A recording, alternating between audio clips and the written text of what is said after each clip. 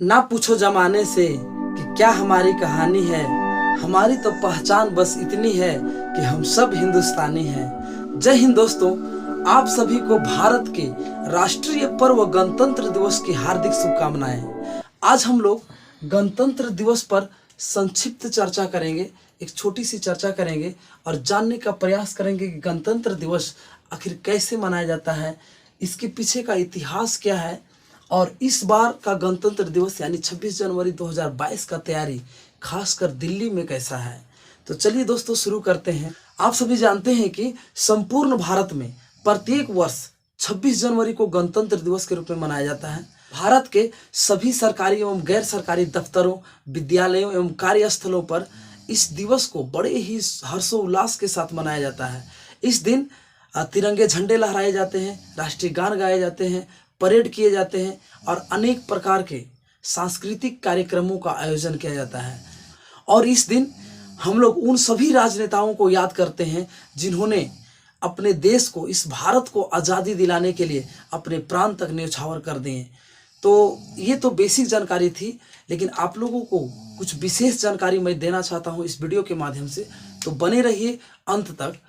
तो यहाँ देखिए, सबसे पहले क्या है कि दिल्ली में इसकी तैयारी कैसी होती है। हम लोग तो अगल बगल देखते ही अपने विद्यालय में किस तरह से होता है, 26 जनवरी बचपन से देखते आ रहे हैं, लेकिन दिल्ली में तैयारी किस तरह से होता है। तो दिल्ली में जो राजपथ है, राजपथ कहाँ पे है? राजपथ दिल्ली में है। इंडिया गेट और राष्ट्रपति भवन वहीं सामने एक राजपथ है।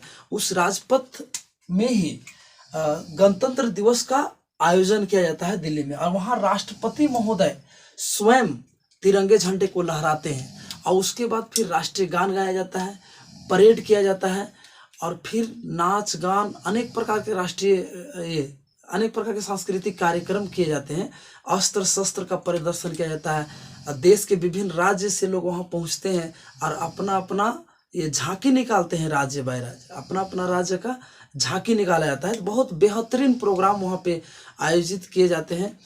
अब वहाँ एक चीज़ और है, एक मुख्य बात, कि प्रत्येक वर्ष किसी दूसरे देश के प्रमुखों को, वहाँ के प्रधानमंत्री हो गए, राष्ट्रपति हो गए, उन लोगों को मुख्य अतिथि के रूप में इनवाइट किया जाता है। अब बहुत ज़्यादा भीड़ होता है वहाँ पे, बहुत सारे लोग जाते हैं। हालांकि पिछले 2-3 साल से थोड़ा भीड़ कम हो गया है, पिछले साल भी कम था वहाँ पे, मतलब अलाउ ही नहीं था ज़्यादा लोग को जाने का, लगभग 20-25 हज़ार पब्लिक वहाँ जा सकते थे। और इस बार तो और भी कम, 8 हज़ार, लगभग 7-8 हज़ार रखा गया है कि 7-8 हज़ार आदमी ही, पब्लिक ही यहाँ पे इंटर कर सकते हैं। तो चूंकि कोरोना का असर है, और नहीं तो अगर कोरोना का स्थिति ठीक होने के बाद फिर वही भीड़, लाख लाख लोग वहाँ पे देखने जाते हैं इस प्रोग्राम को। तो बड़े ही हर्षोल्लास के साथ मनाया जाता है। और ये तो जान ही गए कि देश के लिए प्राण देने वाले राजनेताओं को हम लोग उस दिन याद करते हैं। और हम लोग ये भी शपथ लेते हैं इस दिन, 26 जनवरी के दिन, कि हम लोग अपने देश के लिए, जिस तरह उन्होंने अपना जान दे दिया, उस तरह हम भी अपने देश के लिए ही कार्य करेंगे। कार्य करते करते मर जाएंगे, जान देने का जरूरत पड़े तो जान भी देने के लिए हम लोगों को तैयार रहना है, अपने देश के खातिर, अपने भारत माँ के खातिर। अब उसके बाद क्या है कि आखिर ये 26 जनवरी को हम लोग मनाते क्यों हैं? तो इसका रीज़न है कि 26 जनवरी 1950 ईस्वी को भारत का संविधान लागू हुआ था। भारत का संविधान, जो कहा जाता है कि विश्व का सबसे बड़ा संविधान है, वो भारत का संविधान 26 जनवरी 1950 को संपूर्ण भारत में लागू कर दिया गया था। और इसीलिए 26 जनवरी को हम लोग गणतंत्र दिवस मनाते हैं। एक प्रश्न उठता है कि आखिर 26 जनवरी को ही क्यों मनाते हैं? क्या कोई खास दिन था 26 जनवरी? यस, खास दिन था। चलिए जानते हैं थोड़ा इसका इतिहास, कुछ इतिहास को जानते हैं, संक्षिप्त में जानेंगे। बात है 1929 का। 1929 का दिसंबर 1929 में लाहौर में एक अधिवेशन हुआ था कांग्रेस का, याद रखिएगा, लाहौर में कांग्रेस का अधिवेशन हुआ था, जिसकी अध्यक्षता पंडित जवाहरलाल नेहरू ने की थी। वहाँ पे पूर्ण स्वराज का प्रस्ताव ये पारित किया गया था, पूर्ण स्वराज, कि अब हम लोग को भारत को पूर्ण स्वराज करना है, पूरी तरह से आज़ादी चाहिए। और वहाँ पे ये भी निर्णय लिया गया था इस अधिवेशन में कि 26 जनवरी 1930 ईस्वी को स्वतंत्रता दिवस के रूप में हम लोग मनाएंगे। और वही हुआ, अगले 26 जनवरी 1930 ईस्वी को प्रथम स्वतंत्रता दिवस के रूप में मनाया गया, कांग्रेस ने मनाया। और ये इतिहास में दर्ज हो गया। क्वेश्चन कई बार पूछ चुका है ये कि प्रथम स्वतंत्रता दिवस कब मनाया गया था। तो 26 जनवरी 1930 को स्वतंत्रता दिवस, याद रखिएगा, गणतंत्र नहीं, स्वतंत्रता दिवस मनाया गया था। और उसके बाद 26 जनवरी 1930 से कंटिन्यू प्रत्येक वर्ष 26 जनवरी को ये स्वतंत्रता दिवस ही मनाया जाता था। और इस दिन ये संकल्प लेते थे राजनेता सब कि हम लोग अपने देश के लिए जान दे देंगे, लेकिन आज़ादी दिला कर रहेंगे, स्वतंत्रता प्राप्त करके रहेंगे, इसके लिए अगर जान भी देना पड़े तो जान देंगे। ये संकल्प लेते थे हर 26 जनवरी को। इसके बाद हुआ क्या कि 26 जनवरी 1947 तक चला। आखिरकार 15 अगस्त 1947 को हमारा भारत सचमुच आज़ाद हो गया पूर्ण रूप से, अंग्रेज यहाँ से चले गए। अब उसके बाद 15 अगस्त को आधिकारिक तौर पर घोषित कर दिया गया कि 15 अगस्त को ही स्वतंत्रता दिवस मनाया जाएगा। तब तो 26 जनवरी का वैल्यू हो गया खत्म, क्योंकि अब 15 अगस्त को स्वतंत्रता दिवस मनाया जाने लगा, 15 अगस्त को।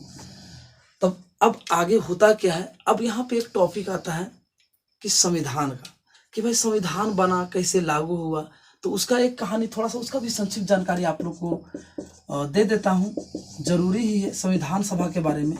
संविधान सभा जब भारत आजाद होने वाला था, ठीक है, जब भारत आजाद होने वाला था, तब 6 दिसंबर 1946 ईस्वी, 6 दिसंबर 1946 ईस्वी को संविधान सभा का गठन किया गया। और इस संविधान सभा में 389 सदस्य थे, 389 सदस्य को इसमें चुना गया। और 6 दिसंबर 1946 ईस्वी को गठन करने के बाद 9 दिसंबर को, याद रखिएगा, 9 दिसंबर 1946 को संविधान सभा का पहला बैठक हुआ। 3 दिन बाद, गठन होने के 3 दिन बाद 9 दिसंबर 1946 को पहली बैठक। और ये तो इतिहास में दर्ज हो गया, क्योंकि पहली बैठक इंपॉर्टेंट है। पहली और अंतिम हर जगह इंपॉर्टेंट है, या तो तुम फर्स्ट लाओ अरे तो लास्ट हो जाओ, बीच वाला का कोई खास वैल्यू नहीं है। तो ऐसे बैठक तो 114 हुआ था, टोटल बैठक हुआ 114, लेकिन उसमें पहला और अंतिम याद रखना ज़्यादा जरूरी।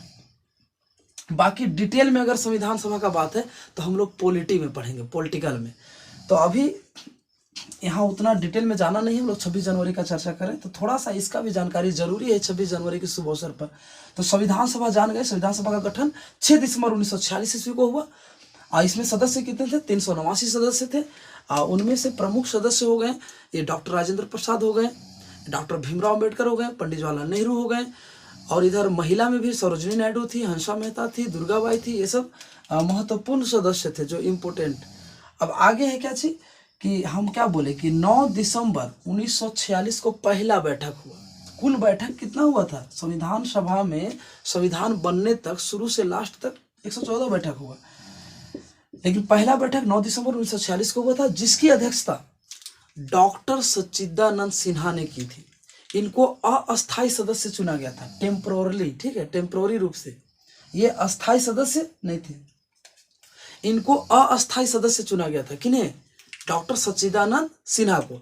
और इन्होंने अध्यक्षता किया इस पहली बैठक का, और इस तरह से बैठक संपन्न हुआ। और इस बैठक में 207 सदस्य भाग लिए थे, याद रखिएगा, 207 सदस्य ही भाग लिए थे, जबकि सदस्य कुल कितना थे? 389। अब इस तरह से पहला बैठक तो हो गया। उसके बाद 9 दिसंबर के बाद 11 दिसंबर को, तुरंत 11 दिसंबर को 2 दिन बाद ही डॉक्टर राजेंद्र प्रसाद को, याद रखिएगा, डॉक्टर राजेंद्र प्रसाद को अस्थायी रूप से संविधान सभा का अध्यक्ष चुन लिया गया। और उसके बाद संविधान सभा का अध्यक्ष वही मतलब हमेशा के लिए रह गए, डॉक्टर राजेंद्र प्रसाद। अब क्या हुआ कि संविधान सभा तो था, तो भाई इसका काम क्या था संविधान सभा का? संविधान सभा का काम था संविधान को बनाना, संविधान को बनाना, संविधान को लिखना। संविधान का मांग बहुत पहले से चल रहा था, याद रखिएगा। संविधान सभा का मांग सबसे पहले बाल गंगाधर तिलक ने किया था, सबसे पहले। उसके बाद फिर गांधी जी ने किया, फिर पंडित जवाहरलाल नेहरू ने किया, और इस तरह से फिर संविधान सभा का गठन हो पाया। और इस तरह से देख लिए संविधान सभा का प्रथम अस्थायी अध्यक्ष कौन था? तो डॉक्टर सच्चिदानंद सिन्हा। और अस्थायी अध्यक्ष कौन बने? तो डॉक्टर राजेंद्र प्रसाद। अब इसके बाद क्या हुआ कि इसमें संविधान सभा के अंदर बहुत सारे समितियां थी, 22 समितियां थी, टोटल 22 समितियां। इन 22 समितियों में सबसे इम्पोर्टेंट प्रारूप समिति को माना जाता है। प्रारूप समिति याद रखिएगा। प्रारूप समिति का गठन कब हुआ था? तो याद रखिएगा जब भारत आज़ाद हुआ। वहाँ तो संविधान सभा जैसे बना तो संविधान लिखाना शुरू हो गया, जो संविधान का नियम कानून था सारा चीज लिखाना शुरू हो गया। लेकिन जब भारत आज़ाद हो गया 15 अगस्त 1947 को, तो उसके 14 दिन बाद यानी 29 अगस्त 1947 को प्रारूप समिति बनाया गया संविधान सभा के अंदर। और इस प्रारूप समिति का अध्यक्ष किसको बनाया गया? तो डॉक्टर भीमराव अंबेडकर को। और डॉक्टर भीमराव अंबेडकर की अध्यक्षता में प्रारूप समिति अपना काम करने लगा। और इस समिति का काम था संविधान को लिखना। क्या चीज? संविधान को लिखना, उसको बनाना। अब अनेक बहस के बाद, अनेक मीटिंग के बाद संविधान पूरी तरह से 26 नवंबर 1949 ईस्वी को पूरी तरह से बन के तैयार हो गया संविधान। इसीलिए 26 नवंबर को संविधान दिवस मनाया जाता है। याद रखिएगा, संविधान दिवस मनाया जाता है कब? 26 नवंबर को। ये पहले नहीं मनाया जाता था, 2015 से मनाना शुरू किया गया है 26 नवंबर को संविधान दिवस के रूप में, क्योंकि इस दिन संविधान बन के तैयार हो गया था। और डॉक्टर भीमराव अंबेडकर ने संविधान को लेकर संविधान सभा के जो अध्यक्ष थे डॉक्टर राजेंद्र प्रसाद के समक्ष प्रस्तुत किए थे। अब उसके बाद क्या हुआ? संविधान तो बन के तैयार हो गया। इसको बनने में टोटल समय कितना लगा था? तो 2 वर्ष लगा था, 11 महीना और 18 दिन, इतना समय लगा था इस संविधान को बनने में। और इस संविधान के दौरान टोटल बैठक कितना हुआ? 114 बैठक, याद रखिएगा। और 11 सत्र हुए थे, 11 सत्र। इस संविधान को बनाने के दौरान टोटल 11 सत्र हुए। अब इसके बाद क्या हुआ? संविधान तो बन के तैयार हुआ और 24 जनवरी को, देखिए नवंबर आया, 26 नवंबर, दिसंबर, जनवरी आ गया। 24 जनवरी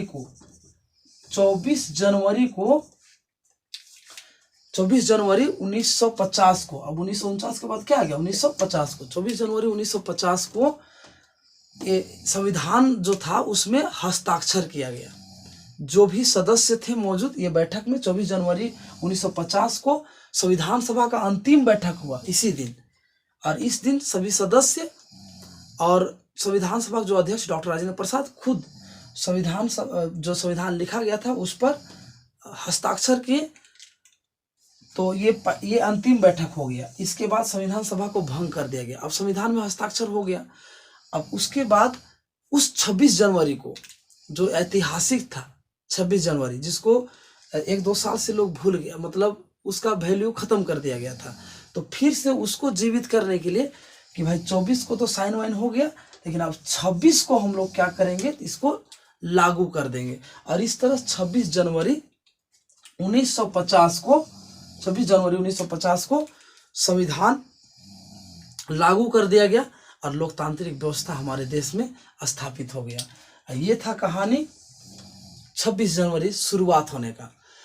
अब देखते हैं थोड़ा कि 26 जनवरी 2022 इसका तैयारी किस तरह से हो रहा है भाई। तो ये हमारा 73वां सेलिब्रेशन है, 73वां सेलिब्रेशन। याद रखिएगा ना कि ये 2022 का जो गणतंत्र दिवस है, कैवा गणतंत्र दिवस है? तो 73वां गणतंत्र दिवस। और इस गणतंत्र दिवस में मुख्य अतिथि, क्योंकि हम इधर बताए थे कि प्रत्येक वर्ष गणतंत्र दिवस में नई दिल्ली, हमारे जो देश की राजधानी है नई दिल्ली, वहाँ पे मुख्य अतिथि का आगमन होता है, किसी दूसरे देश के प्रमुखों को बुलाया जाता है। तो इस वर्ष भी बुलाने का ये प्लान था। 5 मध्य एशियाई देशों के प्रमुखों को बुलाने का ये प्लान था, जिनमें ये थे Kazakhstan, Kyrgyzstan, Tajikistan, Turkmenistan, Uzbekistan. यहाँ के प्रमुखों को बुलाने का प्लान था।